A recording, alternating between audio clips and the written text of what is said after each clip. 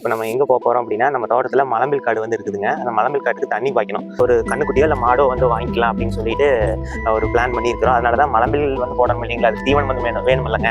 அதனால வந்து மலம்பில் காடு வந்து ஒரு 2 சிறகு வந்து போட்டு விட்டுருக்குங்க. மலம்பில் காரணம் வந்து போட்டு விட்டுருக்குங்க. அதுக்கு வந்து தண்ணி வந்து பாய்க்கணும். நம்மளுடைய மலம்பில் காடு வந்து பாருங்க, இதுதாங்க ஒரு சிறகு வந்து நாங்கள் மலம்பில் வந்து போட்டுருக்கோம். 1.5 சிறகு இருக்குன்னு நினைக்கிறேன். கட்டை கழட்டி விட்டால் தான் உங்களுக்கு இந்த தண்ணி வந்து இதில் வந்து விழுகும். அடுத்து வந்து மோட்டர் வந்து எடுத்து விடலாங்க. வாங்க போய் எப்படி மோட்டர் எடுத்து விட்டுடலாம். கிரீன் கலர் பட்டன் அமைத்து விட்டால் உங்களுக்கு தண்ணி வந்து அங்கே வந்துடும்.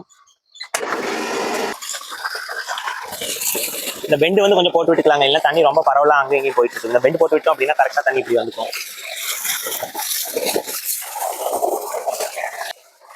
ஒரு சிறகு அப்படியே பாஞ்சிருச்சுங்க. மோட்டர் அமுத்தி விட்டுட்டு வரதுக்குள்ளே ஒரு சிறகு வந்து பாஞ்சிருச்சு. சரி, அடுத்த பார் வந்து நம்ம பாய்ச்சுவோம்.